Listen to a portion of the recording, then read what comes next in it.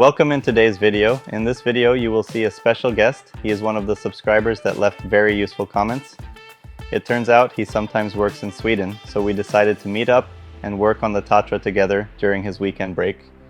You will probably see him in more videos, but please welcome Mr. Tatravac1, aka Peter. This time I didn't use mics, so instead I am doing a voiceover for the video. We started by assembling the tire that I took of some time ago, as we thought we would change the engine oil.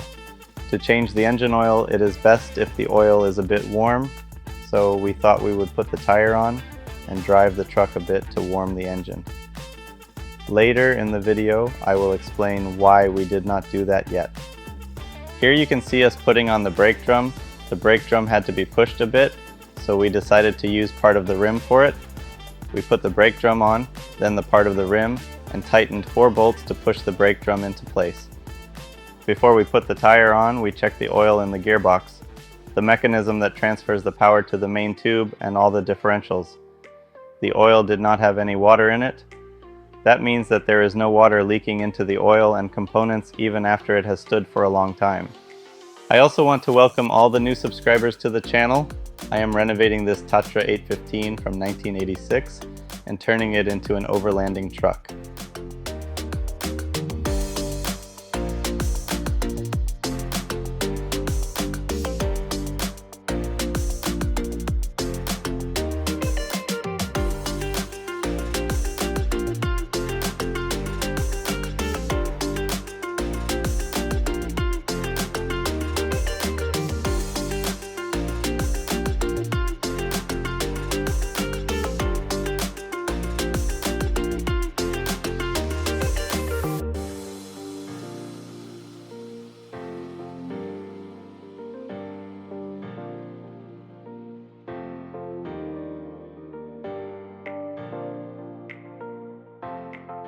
Now that the brake drum is into place, it was time to take down part of the rim to assemble the tire.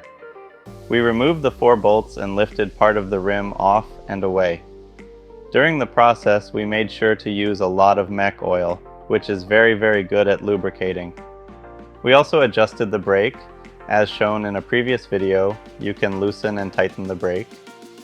When the brake is tightened, you go back with a 90-degree turn, and then the brake is properly adjusted. It is time to make space to assemble the tire. We decided to put it on a pallet so that it would be easier to lift it. It makes a huge difference doing this with 2 persons instead of by yourself. The Tatra uses a split rim system so that you are able to replace the tire yourself and do not have the need of a garage. The complete assembly consists of an inner tube, the outer tire, and a 2-part rim. Here you can see us removing all of the old rust of both of the parts of the rim. We sanded it using a steel wire brush and 60 grit sandpaper. I'll paint the outside of the rim at a later time, as we want to fix all of the fluids of the truck first.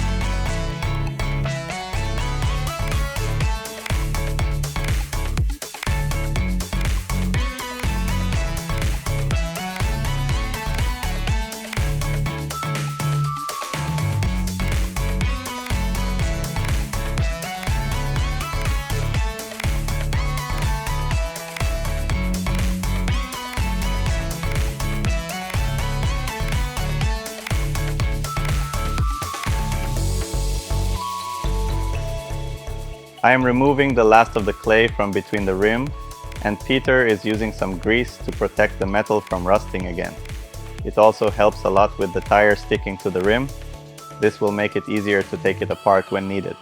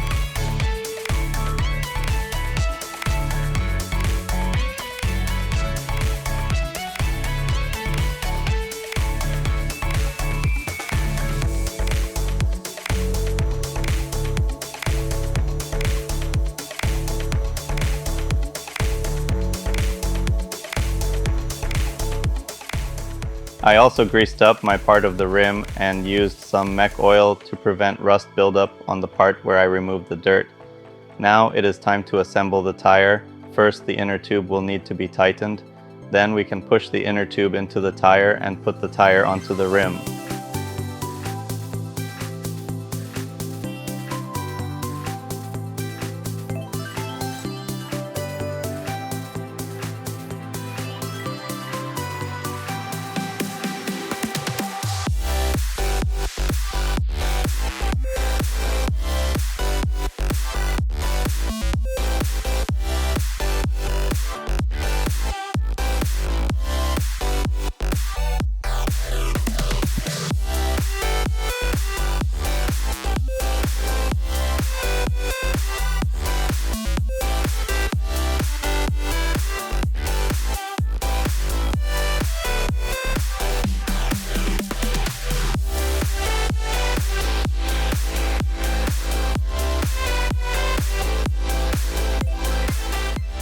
It is now time to put the bead lock into place.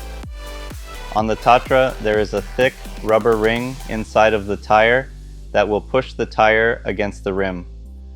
This will ensure that the tire does not come apart when the tire pressure is low.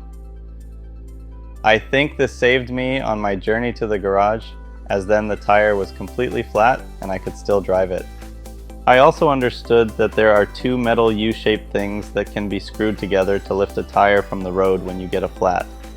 This way, you will still be able to drive with one tire hanging in the air.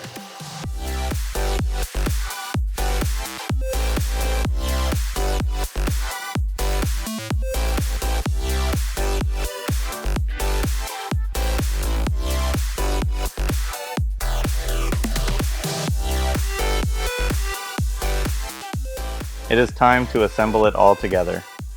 We rolled the tire to the inner part of the rim and put the tire on it.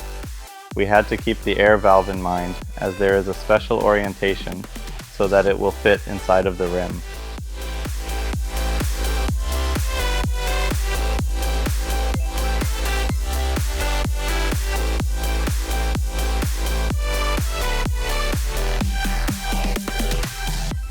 Now we get the top part of the rim and try to line it up. This caused a lot of issues. I think the air valve was bent due to the flat I got when driving it to the garage. This gave us a big struggle in getting the air valve through the top part.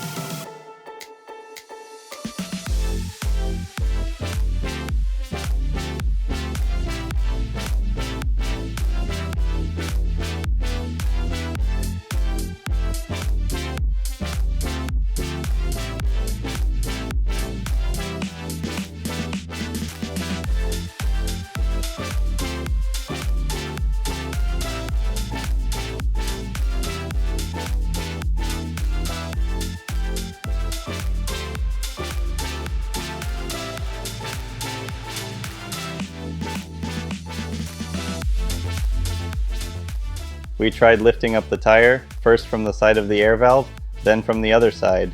We tried bending the air valve back and combining the two options until we eventually succeeded.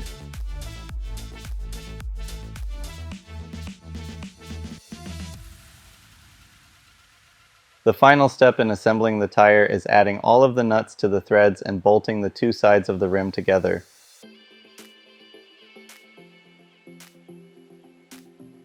Now the fun part began, trying to figure out how the air system had to connect back.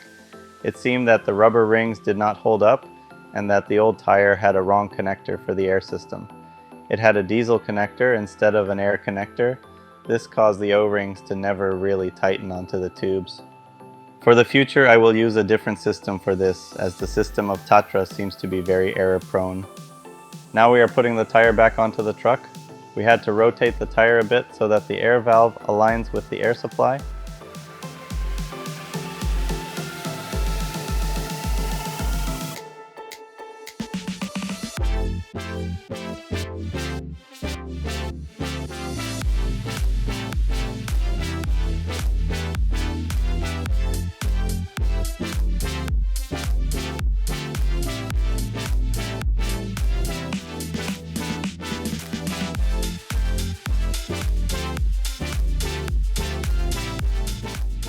The last thing for this video is checking out and cleaning the air filter.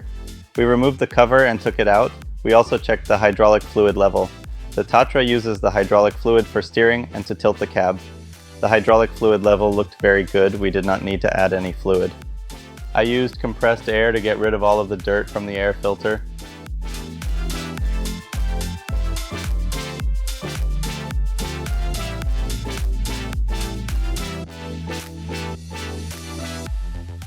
Thank you for watching. Please like and subscribe. Leave any feedback in the comments. See you in the next one.